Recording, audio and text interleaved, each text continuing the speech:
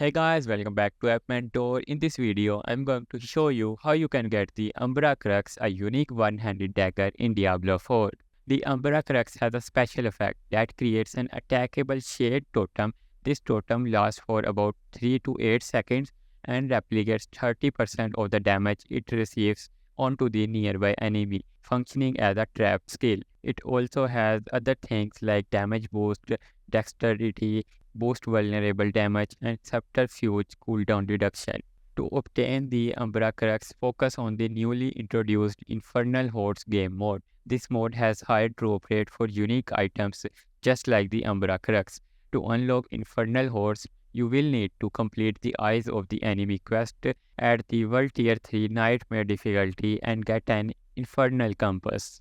Besides Infernal Hordes, you can also find the Umbracrux by killing enemies and opening chests when you have reached World Tier 3 or 4.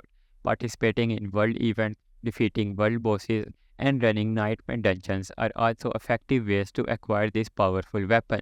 And that's it for today's video on how you can get the Umbracrux. If this video is helpful to you in any way, please hit that like button, subscribe to our channel, and thanks for watching.